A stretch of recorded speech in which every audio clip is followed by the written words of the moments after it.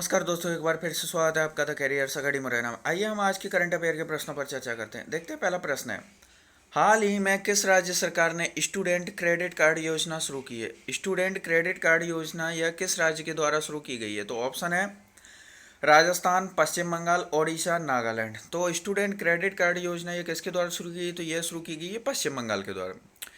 अब ये क्या चीज़ है स्टूडेंट क्रेडिट कार्ड योजना, ये है क्या चीज़?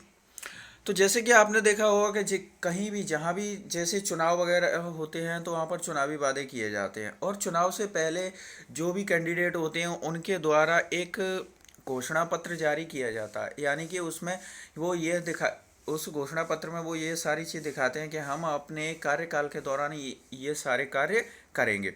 तो उन्हीं में जो पश्चिम बंगाल में जो तृणमूल कांग्रेस की जो सरकार है यानी ममता बनर्जी, उनके जो घोषणा पत्र में ये इस योजना का एक उल्लेख था, स्टूडेंट क्रेडिट कार्ड योजना। अब ये योजना तो शुरू की गई, यानी कि इस चीज़ का इससे तात्पर्य इसमें मतलब ये था कि जैसे कि कोई भी स्टूडेंट यदि अगर वो उसको मतलब लोन चाहिए एजुकेशन, तो उसको आसानी से मिल जाएगा।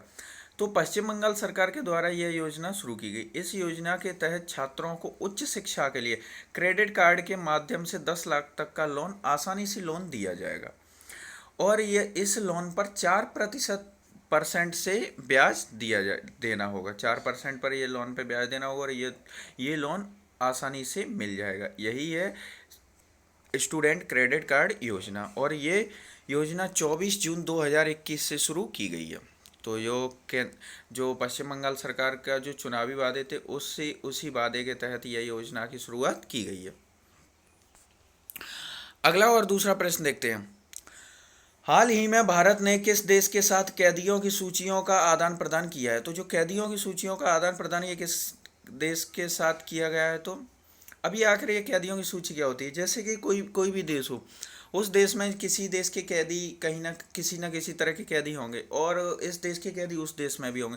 तो दोनों देशों के साथ जो कैदी हैं ना, अब किसके देश में कितने कैदी हैं, तो इसकी जो सूची है उस देश को दी जाएगी, और उस देश में कितने हमारे कैदी हैं तो उसकी सूची जैसे कि हमें दी जाएगी। तो यही है कैदियों की सूचियों का आदान प्रदान जो किया गया है, या किसके द्वारा किया गया? तो ऑप्शन है नेपाल, भूटान, पाकिस्तान, मालदीव। तो इसका जो सही आंसर है पाकिस्तान। पाकिस्तान के साथ भारत का एक समझौता हुआ था। भारत और पाकिस्तान के साथ एक समझौता हुआ था, जिस देखा आपने जैसे कि देखा होगा कि देखो भारत और पाकिस्तान का बॉर्डर एक ही है। कई बार क्या होता है कि जैसे वहाँ के आसपास के जो ग्रामीण लोग हैं उन्हें नहीं पता होता, और कई बार ऐसे घूमते हुए या किसी भी तरह से अपने खेत वगैरह पर जाते हैं तो ऐसे गलती से वो बॉर्डर पार हो जाते हैं। ऐसा ही भारत के नागरिकों के साथ भी होता है, और कई बार पाकिस्तानी नागरिकों के साथ भी हो जाता है।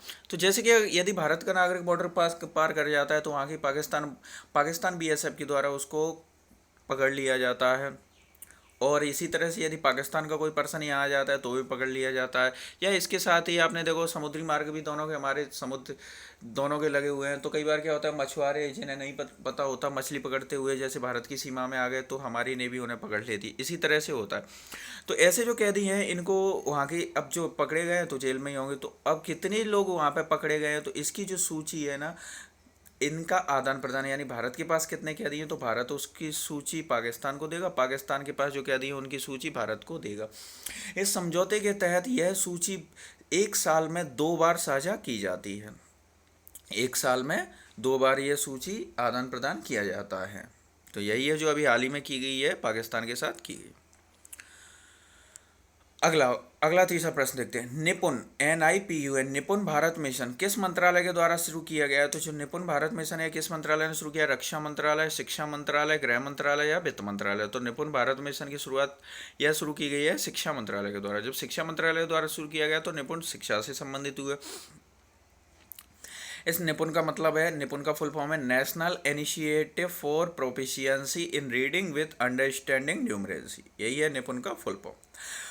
और जो निपुण की जो शुरुआत है, वर्तमान में जो शिक्षा मंत्री थे रमेश पोखरियाल निशंक ने इस्तीफा दे दिया। जैसे कि आपने देखा होगा अभी अभी जस्ट 2 दिन पहले ही 7 जुलाई को ही जो नया मंत्रिमंडल बनाया गया है, तो उसी मंत्रिमंडल बनने से पहले ही रमेश पोखरियाल निशंक ने इस्तीफा दे दिया है, और उनकी जगह 7 जुलाई 2021 से नए शिक्षा मंत्री धर्मेंद्र प्रधान ने शपथ ली है। अब इन्होंने इस्तीफा क्यों दिया है? जैसे कि आपने देखा हो, कोरोना काल जो चल रहा था अभी, कोविड-19 जो महामारी का जो काल था, उस समय में किसी मिनिस्टर के द्वारा मतलब जो सही कार्य नहीं किए गए हैं उस समय पे, या तो ऐसे मंत्रियों से अभी इस्तीफा लिया गया और नया मंत्रिमंडल बनाया गया जिसमें कई नए मंत्री बनाए गए हैं जी।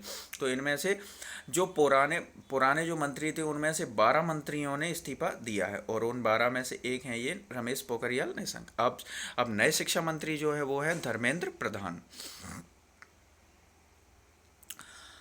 अगला और चौथा प्रश्न देखते हैं। हाल ही में किस रेलवे स्टेशन का नाम बदलकर रानी लक्ष्मीबाई रेलवे स्टेशन किया गया? तो रानी लक्ष्मीबाई स्टेशन किसको कहा गया है?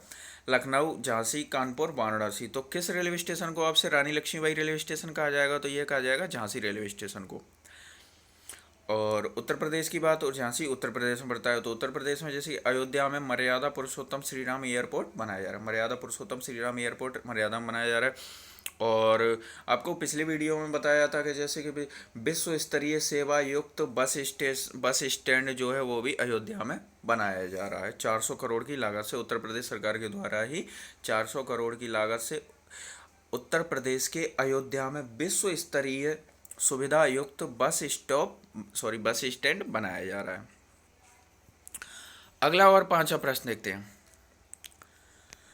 हाल ही में 2021 से 24 के लिए नई आईटी नीति, आईटी मतलब इंफॉर्मेशन टेक्नोलॉजी, नई आईटी नीति किस राज्य सरकार के द्वारा शुरू की गई है? तो नई आईटी नीति किस सरकार के द्वारा शुरू की गई? तो इसका जो इसके जो ऑप्शन है केरल, आंध्र प्रदेश, तमिलनाडु, कर्नाटक। तो नई आईटी नीति किस सरकार के द्वारा शुरू की गई? इसका जो सही आंसर है आंध्र प्रदेश।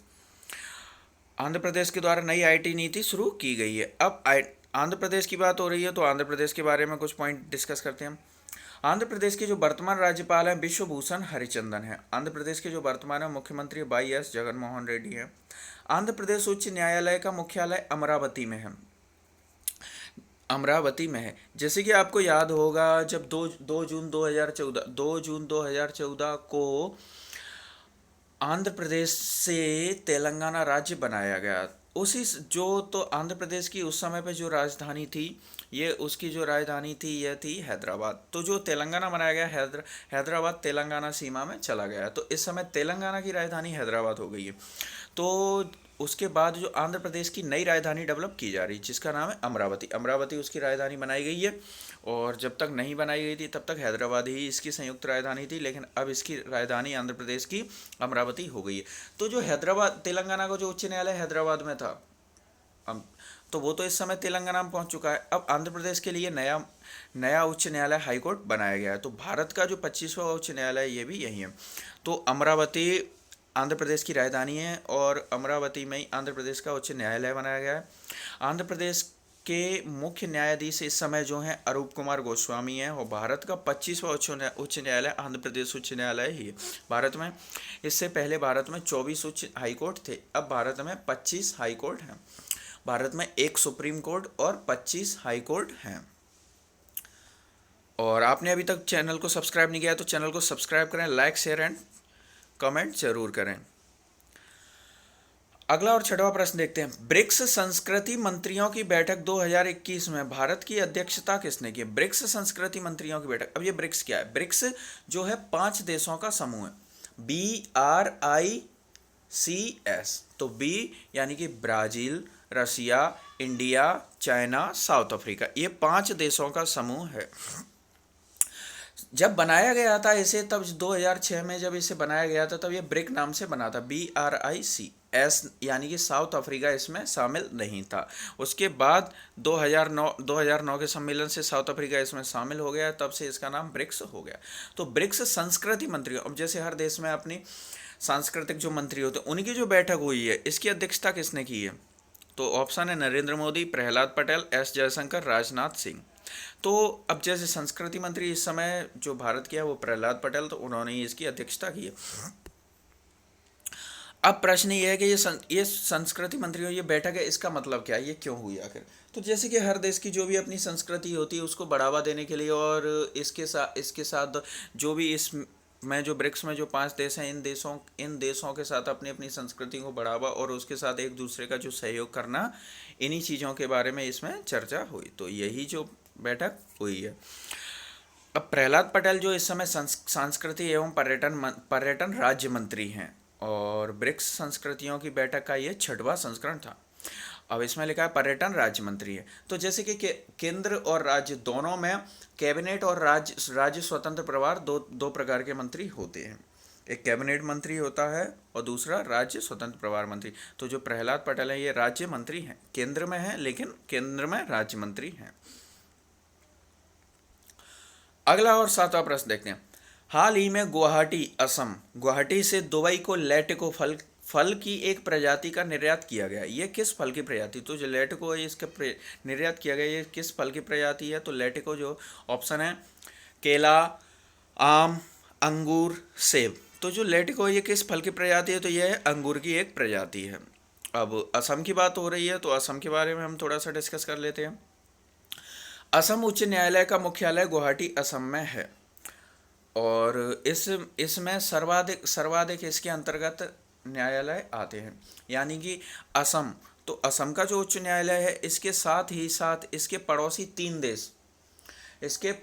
3 देशों का जो मुख्य न्यायालय, उच्च न्यायालय जो है वो असम न्यायालय के अंतर्गत ही आता है। यानी असम की ही 3 और ब्रांच है। तो सबसे ज़्यादा जो ब्रांच हैं वो इसी गुवाहाटी उच्च न्यायालय की सबसे ज़्यादा ब्रांच है। इसकी 3 ब्रांच हैं।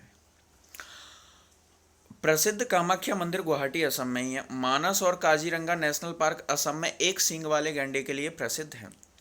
ब्रह्मपुत्र नदी का जो नाम है ब्रह्मपुत्र, ये असम में ही पड़ता है। असम में एक इसकी जो ब्रह्मपुत्र नदी की सहायक नदी है लोहित नदी। जैसे ही ब्रह्मपुत्र नदी जो ये आपको पता होगा कहाँ से निकलती है? तिब्बत से निकलती है, और उस समय इसको सांगपो कहा जाता है। अरुणाचल प्रदेश के रास्ते यह भारत में प्रवेश करती है, और उसके बाद इसका नाम यहाँ पर देहांग और देवांग हो जाता है। और असम में जैसे ही आती है ब्रह्मपुत्र नदी, तो असम में आते ही इसमें इसकी जो सहायक नदी है लोहित नदी इसमें मिलती है, और उसके बाद इसका नाम ब्रह्मपुत्र पड़ता है।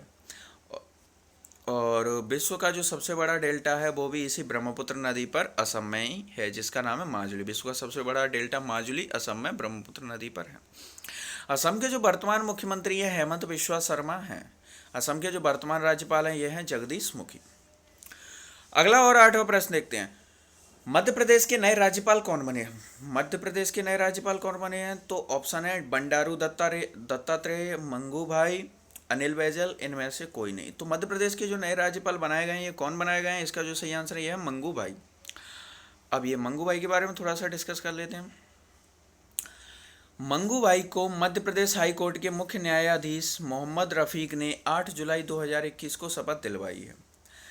यानी कि ये बनाए तो 6 जुलाई को गए थे। 6 जुलाई को मंगू भाई मध्य प्रदेश के राष्ट्रपति रामनाथ कोविंद द्वारा इनको मध्य प्रदेश का राज्यपाल घोषित कर दिया गया, लेकिन और इनकी शपथ 8 जुलाई 2021 को हाई कोर्ट के जो न्यायाधीश हैं मध्य प्रदेश के मोहम्मद रफीक ने इनको शपथ दिलवाई है। मंगू भाई मध्य प्रदेश के 23वें राज्यपाल बने हैं। तो ये इस तरह से बात की जाए क्रम से तो यह 23वें राज्यपाल है, लेकिन अगर व्यक्तिगत बात की जाए तो ये 30वें नंबर के राज्यपाल होंगे। अब ये कैसे हो सकता है? देखिए, तो जो क्रम है वो तो 23वां है इनका। अब इसके साथ ही जैसे कि किसी भी प्रकार से, जैसे कि जो राज्यपाल है उनका निधन हो जाता है या कोई राज्यपाल इस्तीफा दे देता है, तो उस समय पे जो राज्यपाल का पद है वो पड़ोसी जो राज्य होते हैं, या तो पड़ोसी जो राज्य होते हैं उस राज्य के राज्यपाल को यहाँ का अतिरिक्त एडिशनल चार्ज यानी कि अतिरिक्त प्रभार दिया जाता है। तो जैसे कि इस समय पे जो मध्य प्रदेश के जो राज्यपाल थे लालजी टंडन थे, जिनका निधन हो गया था। उसके बाद से लगभग 1 साल हो गया है जब से मध्य प्रदेश का जो एडिशनल चार्ज यानी यहाँ का अतिरिक्त प्रभार उत्तर प्रदेश राज्य की जो इस समय जो राज्यपाल हैं वर्तमान में आनंदीबेन पटेल, उनके पास इसका अतिरिक्त प्रभार था, लेकिन अब मध्य प्रदेश के राज्यपाल बनाए गए हैं। तो जो 23वें राज्यपाल है, व्यक्तिगत बात कीजिए तो 30वें नंबर के हो जाएंगे, यानी अब तक बीच बीच में 7 लोग यहाँ का कार्यभार संभाल चुके हैं। इस तरह से 7 उनको मिला के ये 30 हो जाएंगे, लेकिन क्रम से इनकी बात की जाए तो 23वें नंबर के राज्यपाल बने हैं। आनंदीबेन पटेल 1 जुलाई 2020 से 8 जुलाई 2021 तक कार्यवाहक राज्यपाल रही हैं। और 8 जुलाई को, जैसे 8 जुलाई को इनकी शपथ लेने के बाद 8 जुलाई से मध्य प्रदेश के जो राज्यपाल हैं ये मंगूबाई बन गए। मंगूबाई गुजरात में मोदी के शासनकाल में, जो नरेंद्र मोदी हैं, जिस समय ये गुजरात के मुख्यमंत्री थे, तो उनके शासनकाल में ये वहाँ पर वन एवं पर्यावरण मंत्री रहे थे। मध्य प्रदेश के मुख्यमंत्री चौथी बार शिवराज सिंह चौहान बनाए गए हैं। मध्य प्रदेश सरकार द्वारा एक जिला एक उत्पाद योजना शुरू की गई है। एक जिला एक उत्पाद योजना ये क्या है कि जैसे कि हर जिले में कोई ना कोई वहाँ की प्रसिद्ध चीज़ होती है, तो सरकार का ये मकसद है कि जो जिले में जो प्रसिद्ध चीज़ है इसको अंतर्राष्ट्रीय लेवल तक पहचान, राष्ट्रीय और अंतर्राष्ट्रीय लेवल तक पहचान दिलाना, यही है एक जिला एक उत्पाद योजना। और इस समय ये केंद्र सरकार के द्वारा भी लगभग इसे एक जिला एक उत्पाद योजना में लगभग इसमें 700 प्लस जिलों पे यह लागू की गई है। अभी हाल ही में इसकी रिपोर्ट जारी की गई। अगला पॉइंट है मध्य प्रदेश के जो नेशनल पार्क, मध्य प्रदेश में नेशनल पार्क हैं जैसे कि कान्हा किसली नेशनल पार्क, जीवाश्म नेशनल पार्क और Kuno national park, Bandhavgarh national park. Madhya Pradesh का जो सबसे बड़ा राष्ट्रीय उद्यान यानी नेशनल पार्क है यह कान्हा किसली, और सबसे छोटा जो है फोसिल डिंडोरी में, यह सबसे छोटा नेशनल पार्क है। अगला और 9वां प्रश्न देखते हैं। हाल ही में किस बैंक ने डॉक्टरों के लिए सबसे व्यापक समाधान सॉल्यूट डॉक्टर लॉन्च किया है? तो यह किस बैंक के द्वारा शुरू किया गया? ऑप्शन है RBI, SBI, PNB, ICICI। तो यह किसके द्वारा शुरू किया गया? तो यह शुरू किया गया ICICI बैंक के द्वारा। अब ICICI बैंक की स्थापना, बात हो रही है तो इसके बारे में थोड़ा डिस्कस करते हैं। ICICI बैंक की स्थापना जून 1994 में की गई। ICICI बैंक का मुख्यालय इस समय जो है बड़ौदा गुजरात में है, और इसके जो वर्तमान में अध्यक्ष हैं ये गिरीश चंद्र चतुर्वेदी ICICI बैंक के अध्यक्ष हैं। अगला और 10वां प्रश्न देखते हैं। कर्नाटक के नए राज्यपाल किसे बनाया गया है? तो देखो, जैसे कि अभी आप चर्चा में यदि आपको न्यूज आपने भी पढ़ी होगी, तो इस समय जो है 8 राज्यों के जो नया मंत्रिमंडल बनाया गया है, तो उससे पहले 8 राज्यों के राज्यपाल जिसमें से का ट्रांसफ़र किया गया, यानी नए राज्यपाल बनाए गए हैं। तो जैसे कि जिसमें 4 तो पुराने ट्रांसफ़र किए गए हैं दूसरे राज्यों में, और 4 नए राज्यपाल बनाए गए हैं। तो इस तरह से टोटल अभी तक पहली बार एक साथ 8 राज्यों का 8 राज्यपालों का ट्रांसफ़र किया गया है। तो उसी में से कर्नाटक के नए राज्यपाल कैसे बनाया गया? ऑप्शन है ओम प्रकाश कोहली, थावरचंद गहलोत, लालजी टंडन, इनमें से कोई नहीं। तो यह कैसे बनाया गया? इसका जो सही आंसर ये है थावरचंद गहलोत। ये थावरचंद गहलोत जो है ये मध्य प्रदेश से बिलोंग करते हैं। थावरचंद गहलोत ये सामाजिक न्याय एवं अधिकारिता मंत्री थे, जिन्होंने अभी इस मंत्री पद से इस्तीफा दे दिया है, और इन्हें राष्ट्रपति रामनाथ कोविंद द्वारा इनको कर्नाटक के नए राज्यपाल नियुक्त किया गया। अब इन्हें कर्नाटक के राज्यपाल बनाया गया। थावरचंद गहलोत मध्य प्रदेश के उज्जैन जिले के नागदा से सांसद हैं, यानी ये मध्य प्रदेश के उज्जैन जिले से बिलोंग करते हैं। वीडियो पसंद आया तो वीडियो को लाइक करें, चैनल को सब्सक्राइब जरूर करें।